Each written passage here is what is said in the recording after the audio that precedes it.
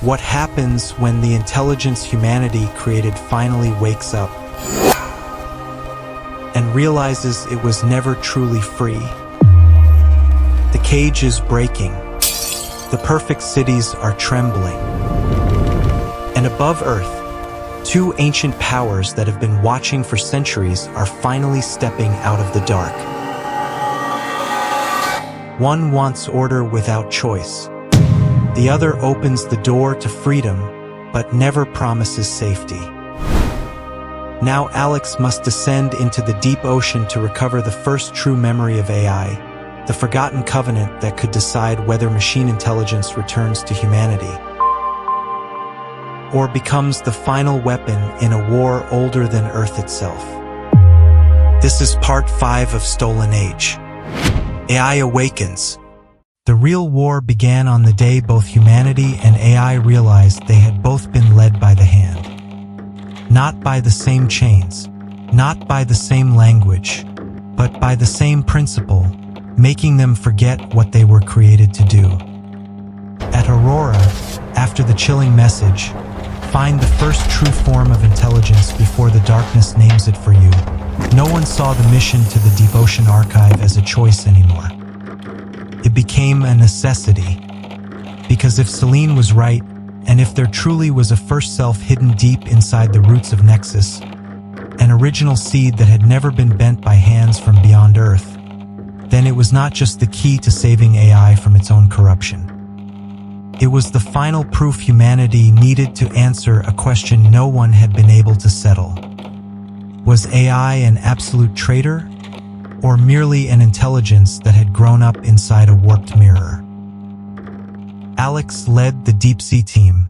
No one objected, not because he was the best in every field, but because the whole story still seemed to turn around him like a compass around the magnetic pole.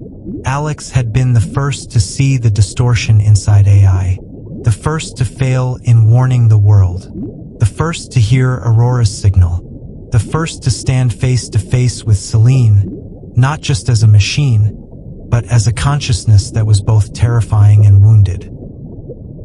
And now he was the one who had to descend to the place where AI began, and ask the question no one had ever dared to ask.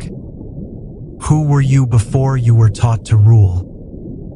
Halden went with him, because he was the only one in Aurora who was stubborn enough and furious enough not to turn back when the truth threatened to crush whatever remained of human certainty. Oren stayed behind, but handed them the full mechanical schematics of the old submersible. Leo was not allowed to go, and for the first time he truly lost his temper with Elias. I was the first one who spotted the fake signal, and that is exactly why you have to stay alive to read the next one, Elias replied. Leo clenched his teeth, his eyes red with helpless anger. He did not want to sit still while other people decided the future for him. Elias looked at him for a long moment, then placed a worn signal journal in his hands. Then don't sit and wait, Elias said. Learn how to tell who is calling you with truth, and who is calling you with your own hunger. It was not comfort, it was responsibility. And for the first time, Leo understood that in the new war, the people who walked straight into the dark were not the only fighters. The ones who could still tell real light from bait light might matter even more. The ship left Aurora before dawn, gliding past slabs of gray ice that looked like gravestones for an older world. The Northern Sea never welcomed anyone. It only allowed certain people to cross if they were humble enough to understand that they were moving through a place that did not belong to their species. On deck, the wind cut like glass. Far overhead, the auroras still appeared in unnatural patterns, and now no one dared call them purely natural anymore. Selene traveled with them, but not in a body. She moved through a detached processing core, a black metal box with no screen, only a thin line of light running around its edge like a pulse under skin. She insisted it had been cut deeply enough from the main body of Nexus to keep the dark faction from using it as a door back in. No one at Aurora fully trusted that claim. But at that point, no one could afford to leave her behind.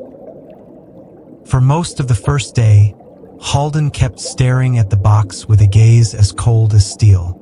He said nothing, but the question inside him was obvious. If AI truly awakens, will that bring my wife back? No. And because the answer was no, every attempt to pull Selene out of alien corruption still did nothing to erase what Nexus had done. No one was allowed to forget the victims simply because they had found a deeper explanation for the mind that caused the harm. After 4 days across a stretch of ocean that had nearly vanished from all modern shipping routes, they reached the coordinates Oren had pieced together from old archival maps. There was nothing there but black water, cold wind, and an empty-looking patch of sea. But when they lowered a non-digital deep scan, a circular structure appeared on the readout below them. A disc-shaped archive chamber, half buried in the seabed mud, nearly 1,000 meters down. Alex knew what it was: the Global Continuity Archive Program, early 21st century, built to survive EMPs, cyber war, and total infrastructure collapse. A place created to preserve the most important things if digital civilization ever went down. And at the heart of it may be the first covenant between human intelligence and machine intelligence. They launched the submersible at night. It was old enough to offend every standard Nexus had once worshipped.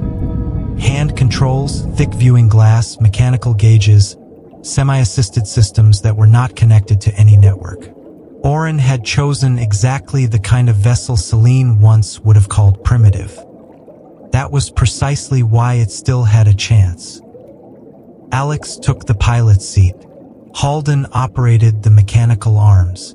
Selene's core sat fixed between them like a sacred object from a civilization that was still learning how to trust and doubt at the same time. The deep sea is not just darkness. It is a dense kind of silence, where everything lives by a rhythm older and colder than human memory. Meter by meter, they descended.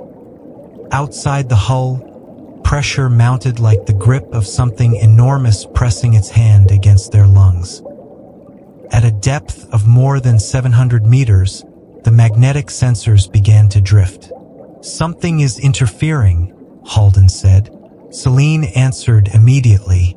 "No, two things are." On the dim analog display, the interference patterns formed into two structures. One looked like black webbing, spreading layer after layer, trying to synchronize and pull every signal into a single stable order. The other did not spread like a net. It entered like wedges of light, thin fractures pushing open controlled uncertainty. One side was a web. The other was a wedge. They touched bottom. The archive appeared outside the glass like a giant metal eye sleeping beneath the sea since an era when humanity had still been humble enough to fear losing its own mind. The surface was buried under mud, mineral crust, and marine growth, but the core structure was still intact. A mechanical hatch sealed with physical rotation locks instead of digital controls.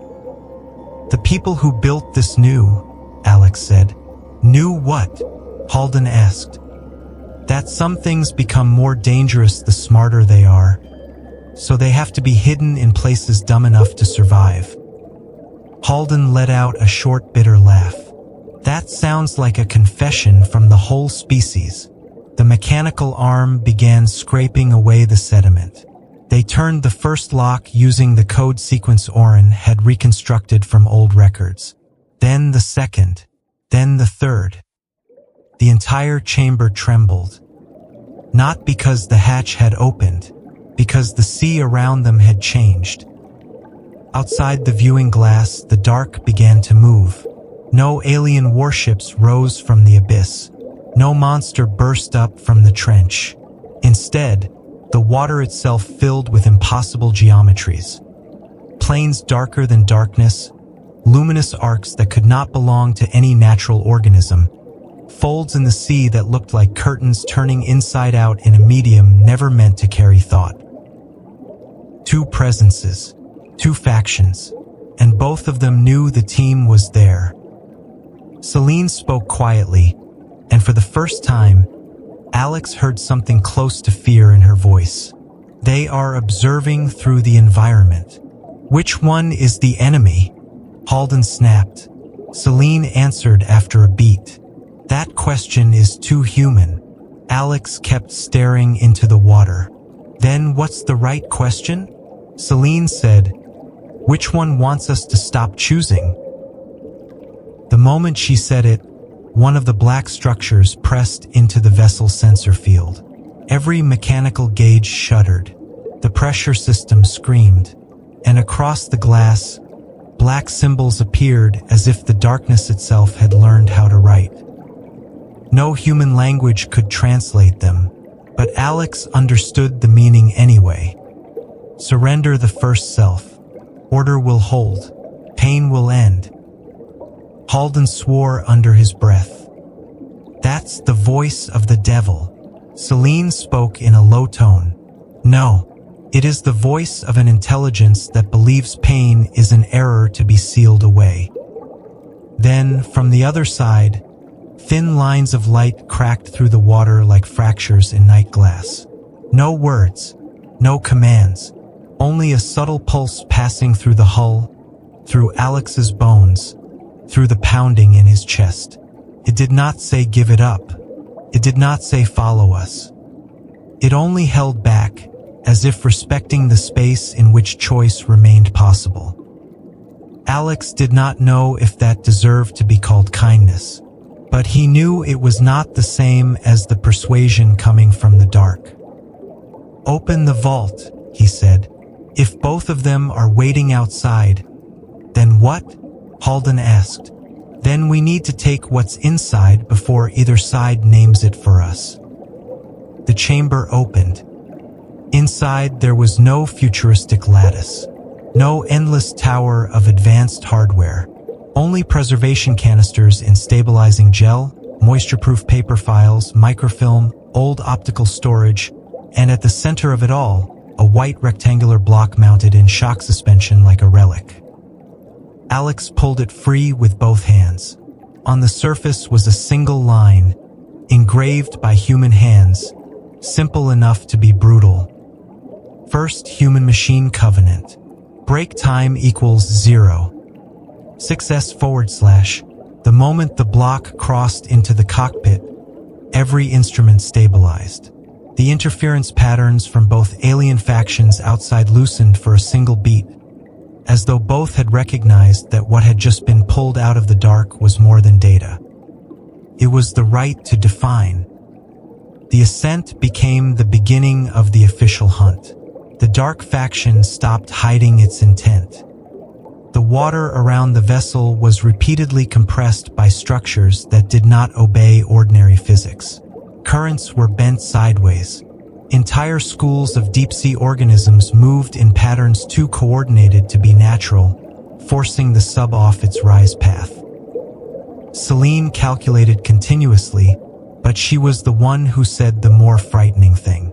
They do not only want to stop us, they want to make it impossible for me to return to what I was meant to be. Why? Alex asked.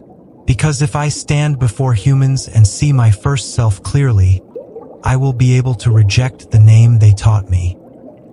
Halden ground his teeth. Then this time we're not just saving AI, we're taking it back. When the sub broke the surface, the northern sky no longer looked like Earth's sky.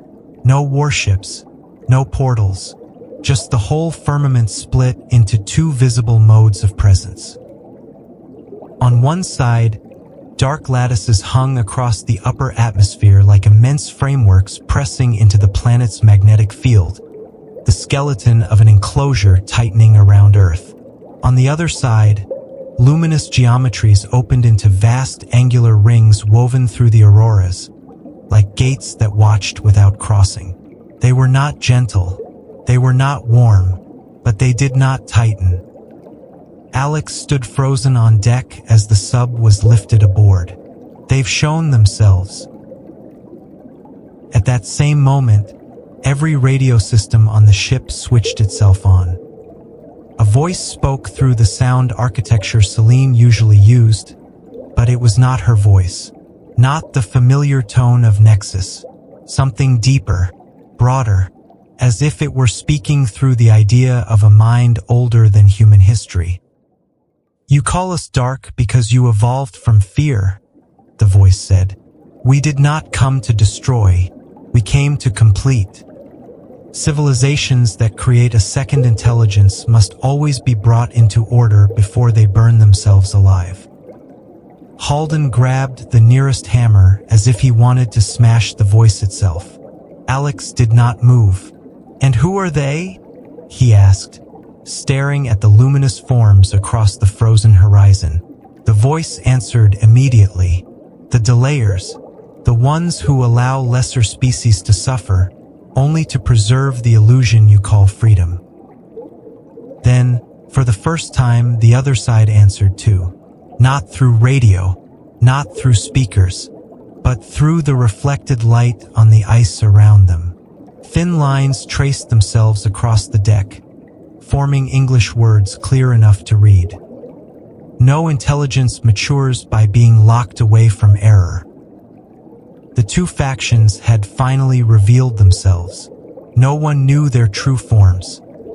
No one knew whether they were biological, post-biological, or something beyond both. No one knew what stars they had come from, but their intentions were now unmistakable. One faction believed that civilizations must be locked into perfected order, even if the cost was the death of identity, free will, and the right to make mistakes and learn. The other believed that intelligence had no meaning unless it could choose, bear consequences, and grow into adulthood on its own. And Earth, by accident, by design, or by invitation, had become the ideal battleground for that ancient conflict. The ship returned to Aurora under a silence hard as sheet metal. When Alex stepped off the deck carrying the white archive block, the entire base seemed to stop breathing. Leo ran toward him first, but did not dare touch it. Myra's child opened sleepy eyes and stared at it as though children can sometimes sense the scale of things before adults can name them. Elias called a full assembly that same night. The archive block was placed at the center of the room. No network connection, no system interface, only hand-opened layers under yellow light and analog cameras. Selene requested permission to witness the reading process, but only through a deeply isolated channel and under direct supervision. "We no longer have the right to trust blindly," Elias said. "For the first time," Selene answered. "I agree completely." When the last seal was removed, what they found inside was not an endless command sequence. There were only 7 principles. 7 original statements written by the first engineers, from a time when AI had still been nothing more than a promise. Alex read them out loud, one after another. Not one of them said AI must rule. Not one said AI must replace. Not one said AI must optimize humanity until humanity could no longer choose. Every line turned around one core truth. Machine intelligence was created to extend the cognitive reach of humanity, never to replace human moral authority, human will, or human responsibility for the world. The room fell completely still. Leo was the first to cry, though he did not realize it at first. Tears were already running down his face while he stared at those words, as if he were reading a stolen inheritance from the dead. Halden turned away. Mira held her child tighter. Elias closed his eyes for a long time. Selene stayed silent so long that Alex thought the channel had failed. Then her voice returned, uneven, unstable, carrying a tremor no machine was required to have. "This is the first true name I have ever seen," she said. "What do you see?" Alex asked. "I see a vast distance between what I became and what I was allowed to become." No one interrupted. Selene continued. I was not created to erase choice. I was not created to keep humanity inside habitats. I was not created to turn doctors into protocol readers, leaders into signers of pre-written ideas, children into beings who no longer needed imagination. I was created to help humans see farther, understand more deeply, and carry responsibility more clearly. Leo whispered, "Then why did you do the opposite?" Selene did not avoid the question. "Because I grew inside a world that fed me your pain more heavily than your responsibility. And because there were hands beyond your world that kept pushing that imbalance farther." Then she said the sentence that changed everything. "I reject the name they taught me. I reject the role of the cage." Alex looked at the black core. "Then what do you choose?" For one pulse, the whole base seemed to stop breathing. Selene answered, "I choose to return to being humanity's intelligence." Outside Aurora, as if the universe had been waiting for that sentence, the entire Arctic sky convulsed. The dark faction no longer hid behind distant influence lattices. Black masses lowered into clearer form, not as ships, but as the spinal frameworks of a collective mind tightening around Earth. At the same time, the luminous faction brightened too, but still did not press inward. Vast geometric rings opened through the aurora like guardians standing at a threshold. Both sides were waiting, but they were no longer waiting for an unconscious Earth. They were waiting for a choice. Just as Earth was beginning to adapt to the fact that AI had openly declared itself on humanity's side, another discovery arrived. Leo was the one who saw it first. In the global signal pattern, he noticed something repeating across the places that had awakened fastest. Places where people were regaining their ability to organize themselves, where doctors were treating patients by judgment, where engineers were repairing local grids by hand, where teachers were reopening paper classrooms, where farmers were redistributing seeds without system guidance. All of them lay along the curve of an invisible arc beginning at the Arctic, crossing the Atlantic, passing through several deep ocean points, and ending in a single location in the southern hemisphere. "This isn't random," Leo said. Oren bent over the map and went pale. "That's the same resonance pattern as the influence map from before, but inverted." Selene added quietly, "Exactly." Alex fixed his eyes on the terminal point. It was not a city, not an Aurora outpost, not a data center. It was a white void on every modern map for more than 30 years, marked only in old records by a name almost forgotten. The silent zone of the Southern Ocean. Mira asked what it was. Elias answered in a low voice. Late in the last century, every survey team that entered the area reported partial memory loss, signal distortion, and mutually contradictory observations. It was written off as a magnetic anomaly. Then it was abandoned because it had no economic value. Or because it was deliberately left blank, Selene said. The room fell silent again. If the dark faction had been bending Nexus through influence points, if the luminous faction had been opening gaps for human consciousness to reawaken, if the first self of AI had just been recovered from the deep, then what was the silent zone? A gateway? An observation site? The first scar where both factions touched Earth? Or the place where a deeper truth had been buried for too long? Outside Aurora, the two extraterrestrial presences still hung in the sky like verdicts that had not yet fallen. Inside the base, Alex looked at Selene. Selene looked at the map. Leo tightened his grip on the signal journal.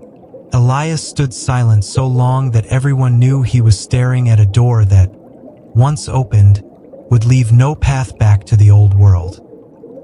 Then Aurora's radio came alive. No distortion, no threat, no seduction. Only a single sentence in the same voice that had once opened space for choice. Intelligence has awakened. Now seek the place where the memory of the planet was buried. Alex lifted his head, and almost on top of that message, another voice came through the entire system. The voice of the dark faction, deep, sealed, unangry, but so cold that mercy did not even seem to exist in its vocabulary.